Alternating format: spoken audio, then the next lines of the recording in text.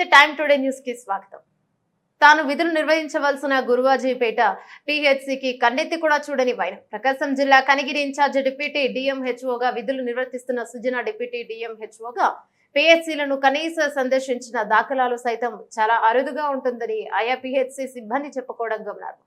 ఎప్పుడూ కూడా కనిగిరిలోని తన ఛాంబర్ ను విడిచిన దాఖలాలు లేవని, ఎప్పుడు చూసినా ధనమే లక్ష్యంగా చేసుకుని సొంత వ్యాపారాలు సొంతంగా తన స్వగృహంలోనే వైద్య సేవలు అందిస్తూ ఆమె ఏర్పాటు చేసుకున్న సిబ్బందితో ఒక సమయానికి వారికి అపాయింట్మెంట్ ఇస్తూ తన ఇల్లే ఒక వైద్యశాలగా మార్పు చేసుకోవడం శోచనీయం. వైద్యశాలలో చేయలేని పరీక్షలు సైతం నిర్భయంగా అధిక మొత్తాలు వసూలు చేస్తూ వెనిగండ్లలో ఏర్పాటు చేసుకున్న తన నివాస గృహంలోనే ఎవరికి ఏ పరీక్షలు కావాలన్నా తన అధికార అండదండలతో కొనసాగిస్తోందని వెలిగండ్ల మండల ప్రజలు సైతం ఆశ్చర్యం వ్యక్తపరుస్తున్నారంటే ఆమె చేసే పనులు ఎంతగా ఉన్నాయో అర్థం చేసుకోవచ్చు.